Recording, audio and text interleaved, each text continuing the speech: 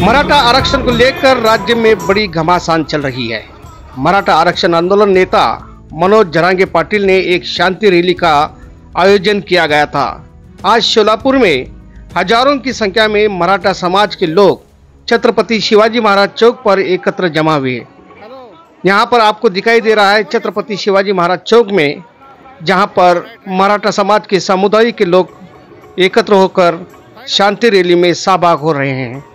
आप जो देख रहे हैं नज़ारा, छत्रपति संभाजी महाराज चौक से डफरिन चौक तक का सड़क को 12 घंटे के लिए यातायात के लिए बंद करने का आदेश पुलिस कमिश्नर ने दिया है।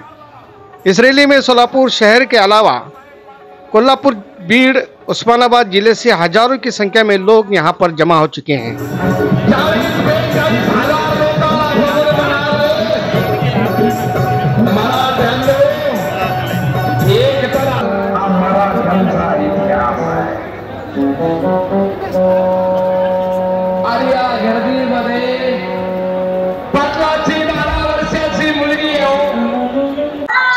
जमजम न्यूज चैनल पर आपका स्वागत करता हूं।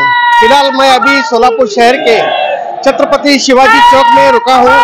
यहां पर मराठा समाज के रिजर्वेशन को लेकर बड़ी घमासान चल रही है। एक बहुत बड़ी रैली का आयोजन किया गया है और पूरे सोलापुर जिले से सभी मराठा समाज और सभी धर्म के लोग इस रैली में शरीक फरमाए हैं। मराठ्याची संख्या 6 कोटी आहे, तरी सुद्धा मराठ्याला 99% पडली, तरी सुद्धा कुठेही काम लागत नाही। मराठा आणि हा मराठा नेते जबाबदार आहेत बऱ्यापैकी। त्यामुळे आरक्षण आम्हाला कशासाठी पाहिजे, या आम्हाला 95% 98% पडली, तरी सुद्धा कुठेही काही किंमत नाही।